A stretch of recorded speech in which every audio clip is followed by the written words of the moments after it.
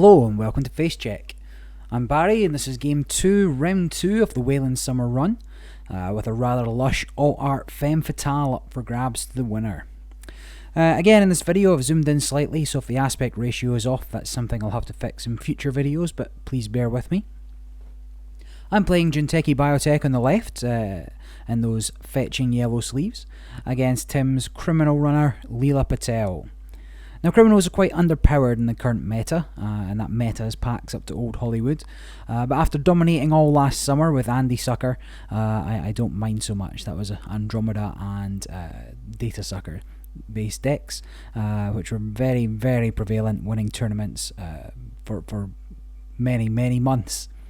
The meta, for those that don't know, is the game within the game. So beyond just playing the actual mechanics of Netrunner, it's about figuring out the decks that will do well against the other decks that people are playing.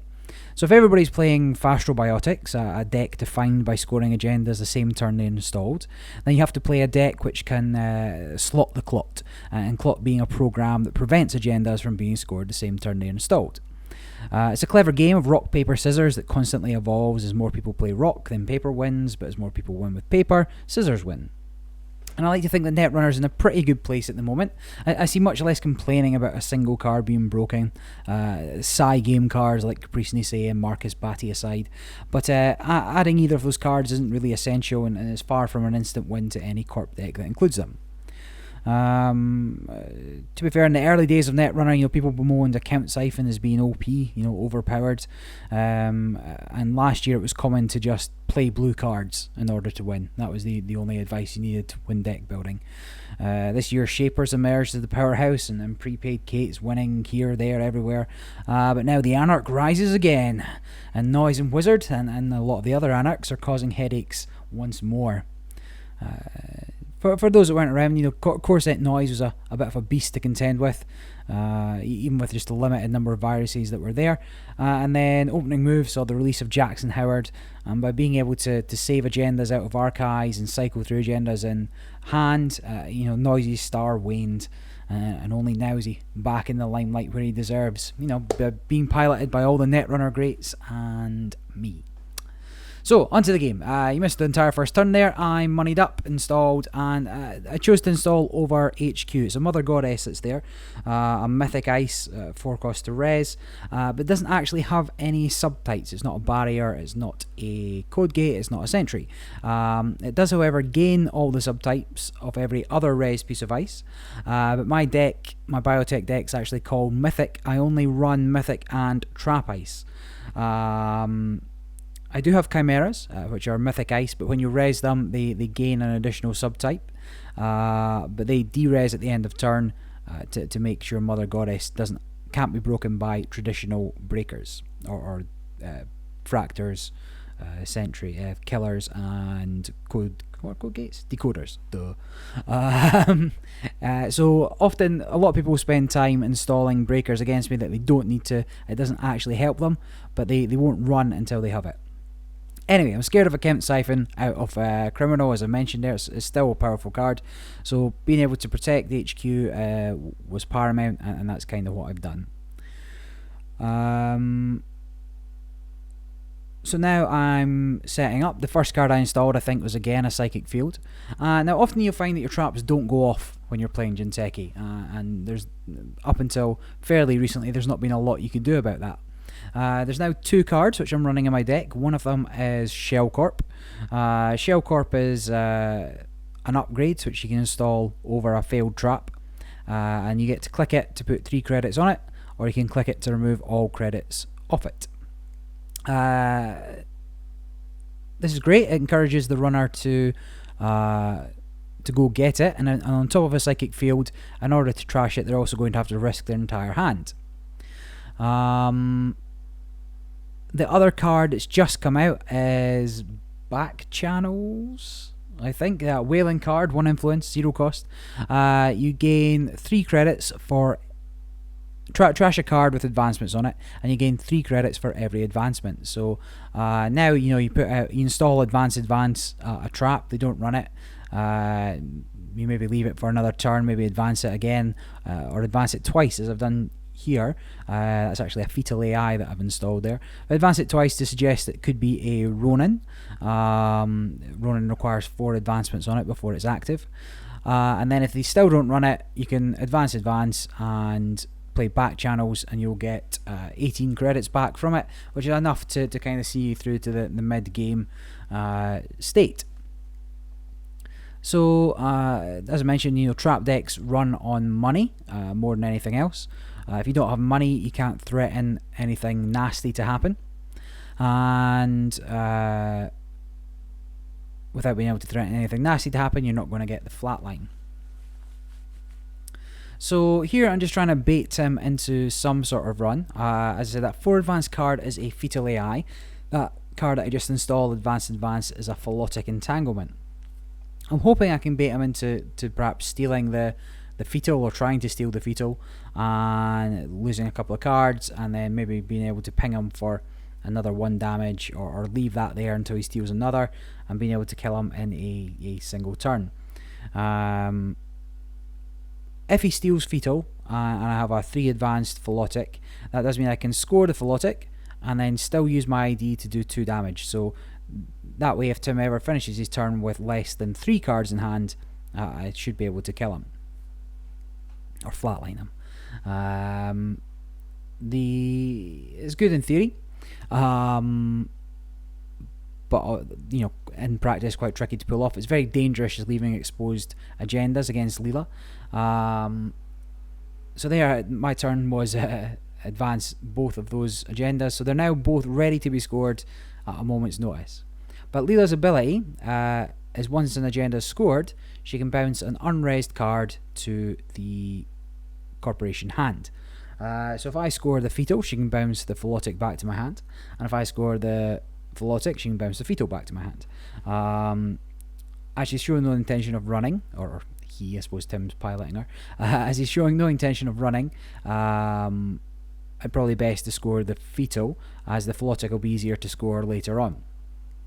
Now here, I forget what Leela does, and this is where Tim really half loses the game for himself, or at least changes what I'm going to do. I'm going to spend a lot of time thinking here, because what he just said to me was he's going to wait for me to score one, then put the other back in my hand. Now I forgot that Leela could do that. My intention was just to have 3 fully advanced agendas that he's not running and score them all in the same turn.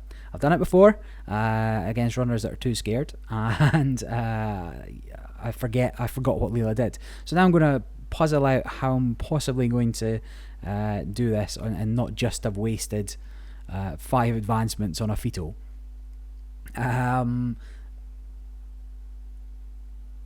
You see that Leela's just setting up there, Tim's just setting up there. This is kind of a style that the FFG is pushing towards for criminals to have. Leela, she'll wait till the corp scores and then run in and clean up.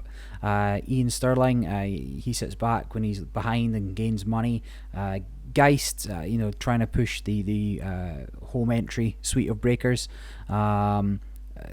which take time to build up. You need a number of breakers for them to have any sort of strength, and they're not really getting the cards that made them quite so hyper aggressive and dominating in sort of last year's meta. Obviously criminals still do want to run often. Gabe, the core set criminal, the definition of what that is. He wants to get into HQ every turn. It gets him 2 credits, and that's enough to power your economy. Coupled with account siphon, security testing, dirty laundries, anything that makes a run, gets an access, is usually worth it for Gabe to do. But more recently, they've been pushing for this sort of sit-back style of play. And as I mentioned, it's kind of hurting them. They're not getting the card support that they need to keep up with the sort of top corp decks at the moment. So you'll see one of the combos as well, which plays into this theory. Gang sign. Whenever the corp scores an agenda, you get to access 1 card from the corp's hand. Now that triggers or combines with HQ interface. So you'll be able to see 3 cards once. Now with a set, he's got 2 HQIs out. If he has a second gang sign, you get to see 3 cards twice. And similarly, if 3 HQIs and 3 gang signs, you get to see 4 cards 3 times. The way that will work is you take one out, take one out, take one out, take one out. They all get shuffled back in, and then take one out, take one out, take one out, take one out. So if there's 5 cards in the corp's hand, you could still miss that one agenda that's in there, but you could also cascade Leela's trigger and end up bouncing a number of things back into the corp's hand. So it's a combo that's worked really well, and something that I tried at the sort of Bring a Brit to Worlds in Brighton. Didn't really work for me, and you're about to see one of the reasons kind of why not. Now against Jinteki, gang sign and HQI is very, very dangerous. Jinteki often still run snares, certainly non-replicating perfection versions of Jinteki. They run the snares, and if they stock up snares in their hand, there's no May trigger. You must access those cards, for gang sign at least. If you hit a snare and then hit another snare, you can very easily flatline yourself on the corpse turn, and it's quite dangerous to do. So I always recommend probably not installing gang signs against a Jinteki deck. Now here, that's exactly what I'm trying to set up. I've spent a few turns trying to set this up. Eventually I get cards out of hand. I draw into a Mushin. I'm Mushin out the card that I put down there. I think it was a trap. And then I score the Philotic. Now when I score, Tim gets to choose the order of his triggers. He's going to access cards in my hand first. I've only got 4 cards in hand, one of which is a snare. Now earlier on he's also seen a Scorched Earth, and he knows that I have it in hand. And so there he pulls the Scorch, and I choose to trigger it, which gives him a tag. And then I ask him, what card have I got left? He forgets. I show him the Scorched Earth. He takes 3 net damage for the snare, and then he takes 4 meat damage for the Scorch. He's only got 4 cards in hand, and that just flatlines him. So yeah, up until the point he reminded me that he would bounce an agenda back to my hand, I'm sure he'll be kicking himself when he watches this. I was all set up to just score 3 agendas in one turn, just to rub salt into the wound. And then after that, I had to very carefully play around it. I ended up binning Philotic Entanglements. I had an Offer You Can't Refuse in hand to entice him in earlier on.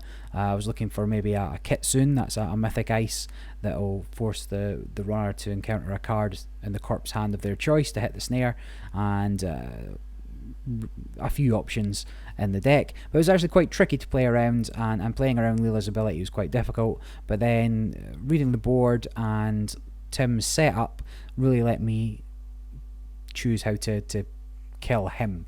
He set it up for his own demise there, and ended up paying the price. Anyway, that's that for game 2. I'm not quite so narcissistic as you might think. I'm not just going to show you my games, although the next 2 are of me as well. I tend to only film the top tables now, but as I won all 4 of my games so far, I'm going into the top table, and you'll just have to watch to find out what happens there. Please, if you get a chance, like, subscribe, leave comments, criticism, anything's fine. If you want to hear more rambling, then please check out some of my other videos as well. We're also on Twitter, twitter.com/facecheck. We're on Facebook, facebook.com/facecheckuk. Somebody else has got to the facecheck name before us. And additionally, it is facecheck.co.uk. The site's not live yet. I'm doing a little bit of work on it, but expect to see sort of more in-depth blog posts and analysis and stuff being put up on there when it is live. Please join us for the next video. It should be up in a couple of days.